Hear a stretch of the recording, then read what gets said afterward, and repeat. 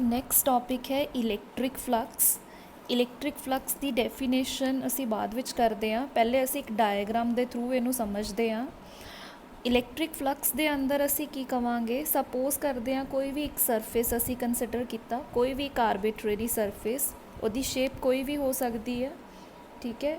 ਔਰ ਇਸ ਸਰਫੇਸ ਦੇ ਅਕਰੋਸ ਜਾਂ ਅਸੀਂ ਕਹੀਏ ਇਸ ਸਰਫੇਸ ਦੇ ਵਿੱਚੋਂ ਕੁਝ ਇਲੈਕਟ੍ਰਿਕ ਫੀਲਡ ਲਾਈਨਸ ਜੋ ਹੈ ਉਹ ਪਾਸ ਕਰ ਰਹੀਆਂ ਹੈ, ਠੀਕ ਹੈ। ਇਹ ਸਾਰੀਆਂ ਕੀ ਹੈ, ਇਲੈਕਟ੍ਰਿਕ ਫੀਲਡ ਲਾਈਨਸ ਹੈ।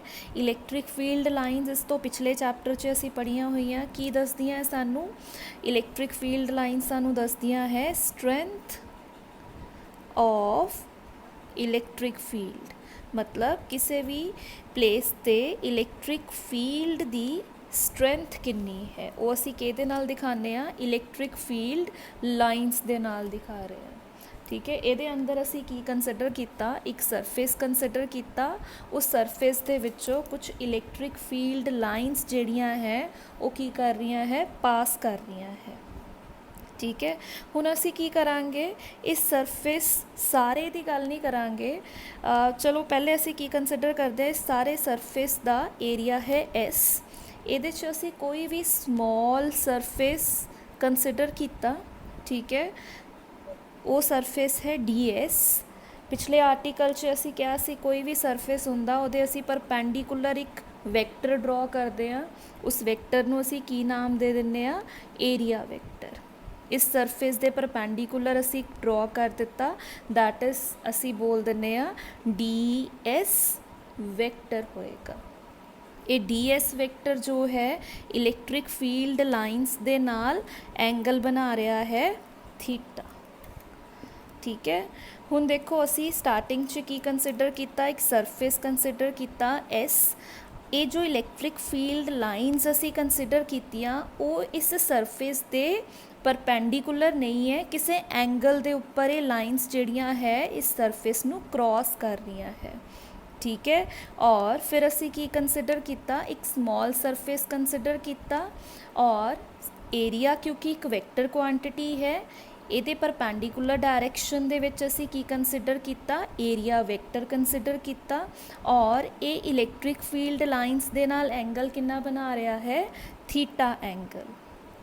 ਹੁਣ ਜੋ ਇਲੈਕਟ੍ਰਿਕ ਫਲਕਸ ਦੀ ਡੈਫੀਨੇਸ਼ਨ ਹੈ ਉਹ ਸਾਨੂੰ ਕੀ ਕਹਿ ਰਹੀ ਹੈ ਕਿ ਜੋ ਇਲੈਕਟ੍ਰਿਕ ਫਲਕਸ ਹੈ, ਇਲੈਕਟ੍ਰਿਕ ਫਲਕਸ ਜੋ ਹੈ ਅਗਰ ਅਸੀਂ ਸਿੰਪਲ ਵੇ 'ਚ ਕਹੀਏ ਤਾਂ ਇਲੈਕਟ੍ਰਿਕ ਫਲਕਸ ਸਾਨੂੰ ਕਾਹਦੇ ਬਾਰੇ ਨੌਲੇਜ ਦੇਵੇਗਾ, ਕਿੰਨੀਆਂ ਇਲੈਕਟ੍ਰਿਕ ਲਾਈਨਸ ਜੋ ਹੈ ਕਿਸੇ ਸਰਫੇਸ ਦੇ ਥਰੂ ਪਾਸ ਕਰ ਰਹੀਆਂ ਪਰ ਪਰਪੈਂਡੀਕੂਲਰ ਡਾਇਰੈਕਸ਼ਨ 'ਚ।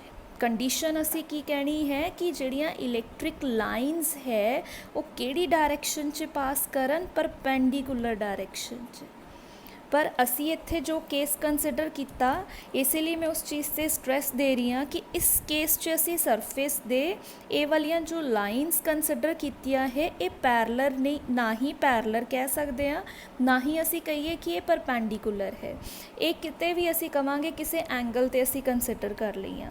ਪਰ ਇਲੈਕਟ੍ਰਿਕ ਫਲਕਸ ਦੀ ਡੈਫੀਨੇਸ਼ਨ ਸਾਨੂੰ ਕੀ ਕਹਿ ਰਹੀ ਹੈ ਕਿ ਜਿਹੜੀਆਂ ਇਹ ਲਾਈਨਸ ਹੈ ਕ੍ਰੋਸ ਕਰ ਰਹੀਆਂ ਕਿਸੇ ਸਰਫੇਸ ਨੂੰ ਉਹ ਕੀ ਹੋਣੀਆਂ ਚਾਹੀਦੀਆਂ ਹੈ, ਪਰਪੈਂਡੀਕੂਲਰ। ਪੜ੍ਹ ਲੈਂਦੇ ਹਾਂ ਅਸੀਂ ਡੈਫੀਨੇਸ਼ਨ ਨੂੰ। ਇਲੈਕਟ੍ਰਿਕ ਫਲਕਸ ਕੀ ਹੈ, ਦੀ ਇਲੈਕਟ੍ਰਿਕ ਫਲਕਸ ਥਰੂ ਅ ਸਰਫੇਸ ਹੈਲਡ ਇਨਸਾਈਡ ਐਨ ਇਲੈਕਟ੍ਰਿਕ ਫੀਲਡ, ਮਤਲਬ ਕੋਈ ਸਰਫੇਸ ਹੈ ਉਹ ਕਿਹਦੇ ਅੰਦਰ ਅਸੀਂ ਰੱਖਿਆ ਹੈ, ਇਲੈਕਟ੍ਰਿਕ ਫੀਲਡ ਦੇ ਅੰਦਰ ਰੱਖਿਆ ਹੈ, ਤਾਂ ਉਸ ਕੇਸ 'ਚ ਇਲੈਕਟ੍ਰਿਕ ਫਲਕਸ ਸਾਨੂੰ ਕੀ ਦੱਸ ਰਿਹਾ ਹੈ, it represents total number of electric lines of force, ਮਤਲਬ ਇਹ ਜਿਹੜੀਆਂ ਲਾਈਨਸ ਹੈ electric field lines crossing the surface in the direction normal to the surface, ਮਤਲਬ ਸਰਫੇਸ ਦੇ ਪਰਪੈਂਡੀਕੂਲਰ ਡਾਇਰੈਕਸ਼ਨ 'ਚ ਕਿੰਨੀਆਂ ਲਾਈਨਸ ਹੈ ਉਹ ਸਾਨੂੰ ਕੀ ਦੱਸ ਰਿਹਾ ਹੈ, ਇਲੈਕਟ੍ਰਿਕ ਫਲਕਸ, ਠੀਕ ਹੈ।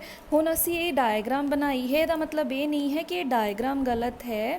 ਹੁਣ ਅਸੀਂ ਕੀ ਕਵਾਂਗੇ, ਇਸ ਚੀਜ਼ ਨੂੰ ਪ੍ਰੂਫ ਕਰਨਾ ਹੈ ਕਿ ਇਹ ਕੇਸ 'ਚ ਤਾਂ ਅਸੀਂ ਲਾਈਨਸ ਪਰਪੈਂਡੀਕੂਲਰ ਨਹੀਂ ਕੰਸੀਡਰ ਕੀਤੀਆਂ, ਇੱਥੋਂ ਅਸੀਂ ਇਲੈਕਟ੍ਰਿਕ ਫਲਕਸ ਅਗਰ ਕੱਢਣੀ ਹੈ ਤਾਂ ਕਿਸ ਤਰ੍ਹਾਂ ਕੱਢੀਏ।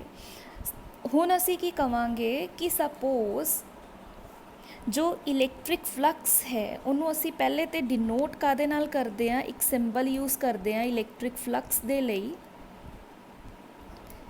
इस सिंबल नूं असी बोलते हैं फाई।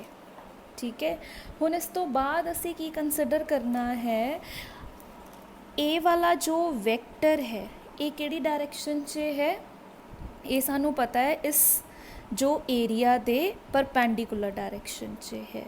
तो इलैक्ट्रिक फ्लक्स भी सानू की कह रही है कि जो इलैक्ट्रिक फील्ड लाइनस भी कंसिडर करनियां है वो किहड़ी डायरैक्शन च कंसिडर करो, इस सरफेस दे परपेंडिकुलर, मतलब इस डायरैक्शन च लाइनस नू कंसिडर करो। हुण वो असी किस तरह करांगे, इलैक्ट्रिक फील्ड दियां ए वाली लाइन है, असी की करते हैं इलैक्ट्रिक फील्ड नू दो कंपोनेंट्स च रिजोल्व करते हैं।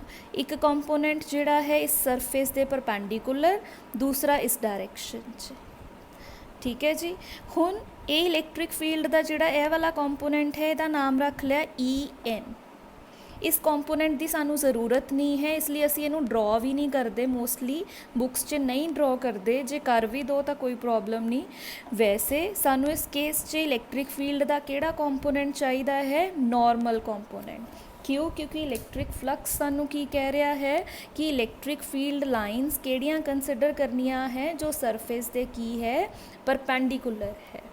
ठीक है जी, तो मैं इलैक्ट्रिक फील्ड के दो कंपोनेंट्स दे विचों इस कंपोनेंट की गल करनी है, क्योंकि लाइनस किहड़ियां चाहिदियां है परपेंडिकुलर, इहदा नाम की रख लिया EN।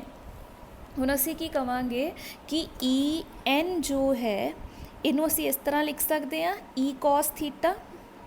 ठीक है ना, क्योंकि इत्थे थीटा एंगल है, तो ए वाले कंपोनेंट नू असी की लिख सकते हैं E cos थीटा। इस तरह होंदे हैं ना दो कंपोनेंट्स, एक नू असी बोल दिंदे हैं E cos थीटा, दूसरे नू असी बोल दिंदे हैं E sin थीटा, जो इस डायरैक्शन च होएगा।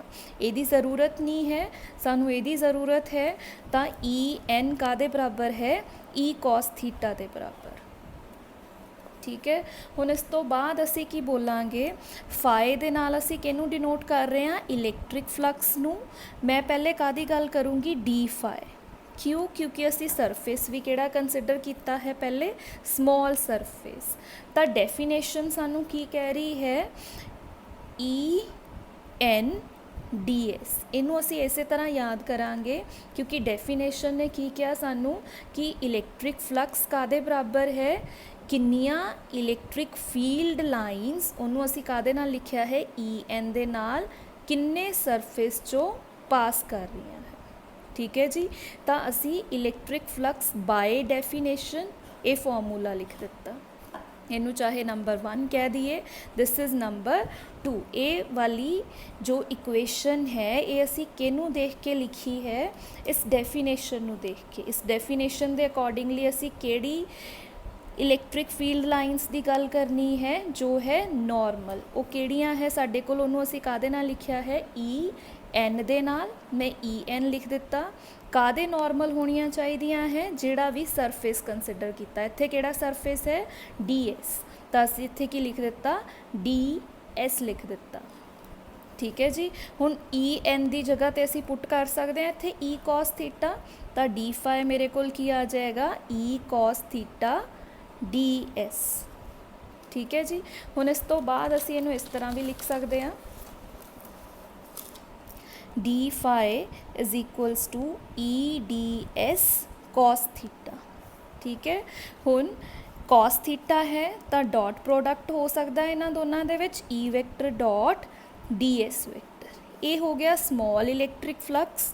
टोटल निकालना है तो असी इनू की कर देंगे, इंटीग्रेट कर देंगे over the whole surface S E vector dot DS vector. ये आ जाएगा साडा इलैक्ट्रिक फ्लक्स का फॉर्मूला। ठीक है जी, इस तो बाद हुण असी की कवांगे कि साडे कोल ये जिहड़ा सरफेस है, अगर तो सरफेस क्लोज्ड होए तो असी इस तरह सिंबल उहदे उपर लगा सकते हैं। ठीक है, जे हुण इत्थे असी किहड़ा सरफेस कंसिडर किया है, ये सरफेस जो है क्लोज्ड सरफेस है, तो असी इहदे उपर इस तरह सिंबल लगा सकते। अगर नहीं क्लोज्ड है तो सिंपली असी फाई नू लिख सकते हैं S E vector dot DS vector. ਇਹ ਸਾਡਾ ਇਲੈਕਟ੍ਰਿਕ ਫਲਕਸ ਦਾ ਜੋ ਫਾਰਮੂਲਾ ਹੋਏਗਾ ਮੈਥੇਮੈਟਿਕਲੀ।